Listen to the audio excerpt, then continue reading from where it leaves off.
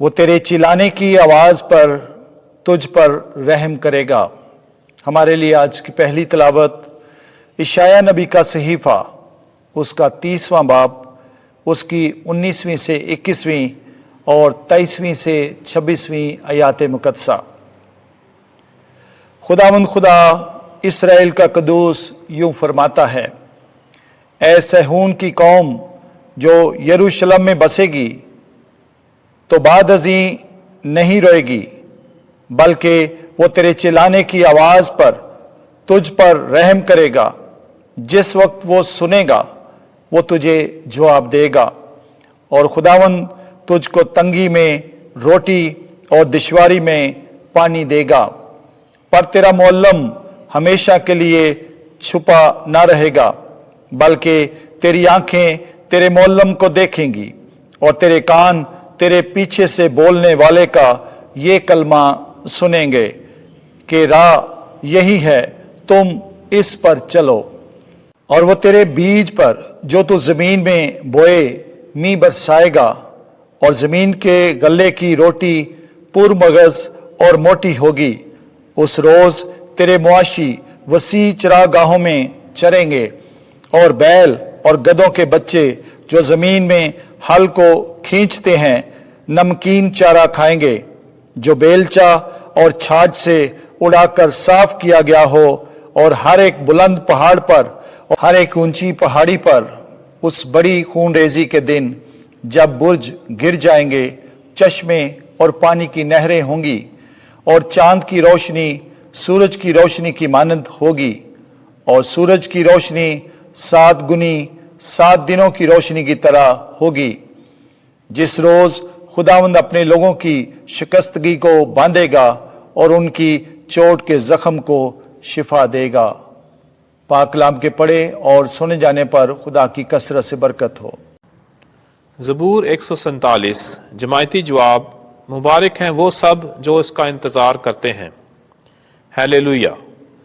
خداوند کی حمد کرو کیونکہ وہ نیک ہے، ہمارے خدا کی مدح سرائی کرو کیونکہ وہ شیریں ہے۔ اس کی حمد کرنا انسب ہے۔ خداوند یروشلم کو تعمیر کرتا ہے، وہ اسرائیل کے منتشر شدوں کو جمع کرتا ہے۔ جماعتی جواب۔ مبارک ہیں وہ سب جو اس کا انتظار کرتے ہیں۔ وہ شکستہ دلوں کو شفا دیتا ہے اور ان کے زخموں کو باندھ دیتا ہے۔ وہ ستاروں کی تعداد کو مقرر کرتا ہے اور ایک ایک کو نام لے کر بلاتا ہے۔ جماعتی جواب۔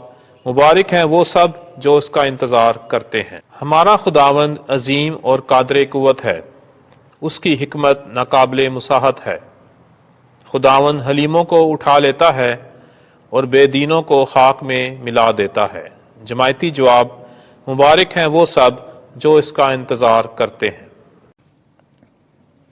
خداوند آپ کے ساتھ ہو۔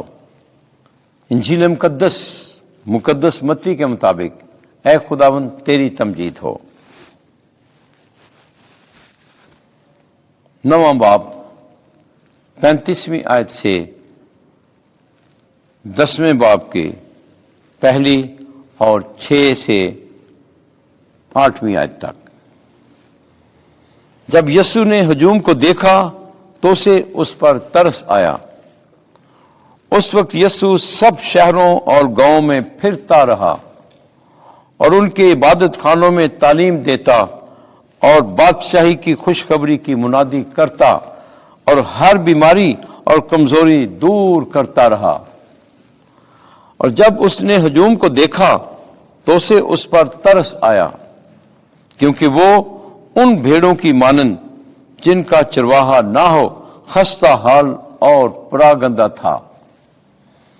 تب اس نے اپنے شاگردوں سے کہا کہ فصل تو بہت ہے مگر مزدور تھوڑے ہیں، اس لیے تم فصل کے مالک کی منت کرو کہ وہ اپنی فصل کاٹنے کے لیے مزدور بھیج دے۔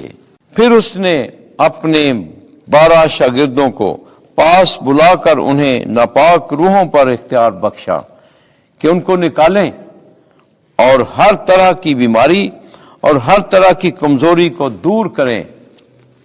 اسرائیل کے